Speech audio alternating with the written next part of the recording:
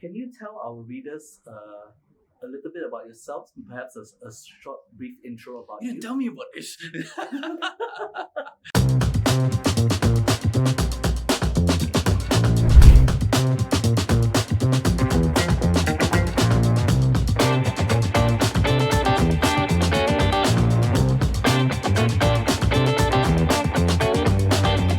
I'm Captain Abdul Mateen.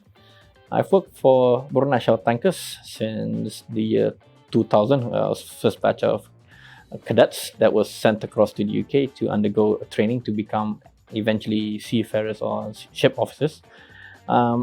Worked up the ranks, moved across to Brunei Gas Carriers, where I am now. I think I got my eventual command as the captain of that fine ship Arkat back in 2013 down in South Korea. After that, I took delivery of 2 vessels before I moved across to shore job. So in ashore, I worked as the operations superintendent, moved my way up to QHSSC manager. They've sent me across to various places around the world. One place I did land eventually was down in Brunei LNG.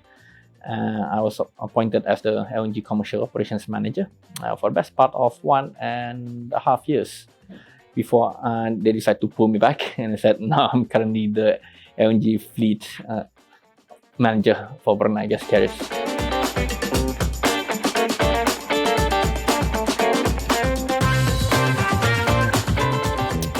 So Brunei Gas Carriers, a little bit info about it. It was a company that was established back in 1998.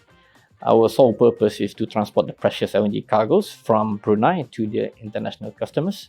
BGC owns and now operates the 5 A-class vessels, namely the Abadi, the Arkat, the Amali, the Amani, and the Amadi. We are based here in Jerodong now, whereas most of our ships are normally picking up cargo back at the Brunei LNG plant down in Lumut.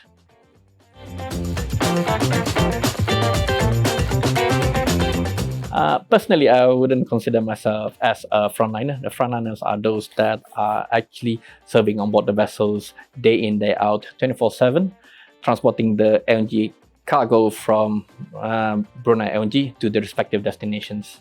They interface with the customers more than I do, and they get the job done flawlessly with instructions given from Brunei LNG as our charterers, with the assistance from BGC staff working in this office here. We in the office are supporting all those frontliners serving on board our LNG vessels to ensure that they are able to carry out their duties to the best of their ability, but safely.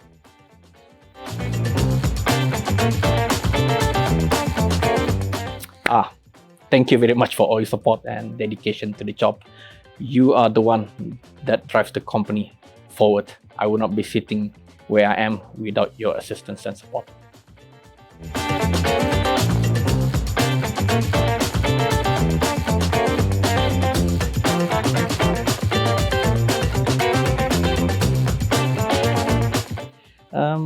We are a very small community, okay? We should be able to do things fairly quickly. The other thing I would say is that the government has provided for us such as subsidies, medical assistance, education assistance, and a whole lot more. We don't seem to be fully appreciative of anything until it has been taken away from us.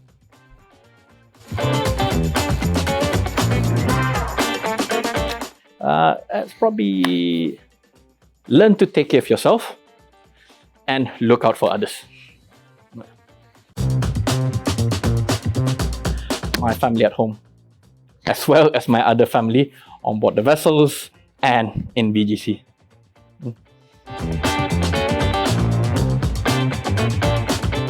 It was subdued. Just a simple lunch and dinner with my immediate family.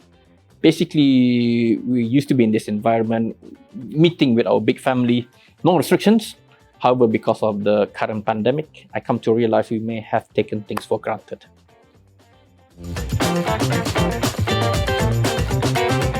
Preparing for visits from the extended family, as well as the festive Hari Raya songs that you hear on the radio. Probably repeat what I've been told back in the past when I first started the job, or before I start to find any jobs actually, is don't be picky and choosy when trying to find a job, especially in this challenging era. The other one will be learn to appreciate what you have and don't take for granted everything or anything you have now, especially your family and your health. Last one, John F. Kennedy once said, ask not what your country can do for you, ask what you can do for your country.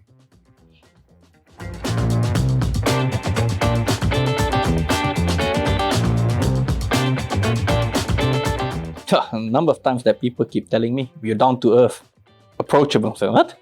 And the occasional prankster with an extremely cheerful demeanor.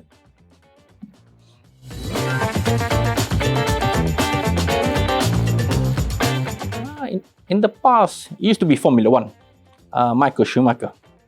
Sorry to hear what's happening to him at the moment, but he did choose a very difficult path to drive for Team Ferrari, dragging them from the doldrums to never win anything, suffering a few years frustration, false dawns, close calls, before winning absolutely everything with surgical precision day in and day out.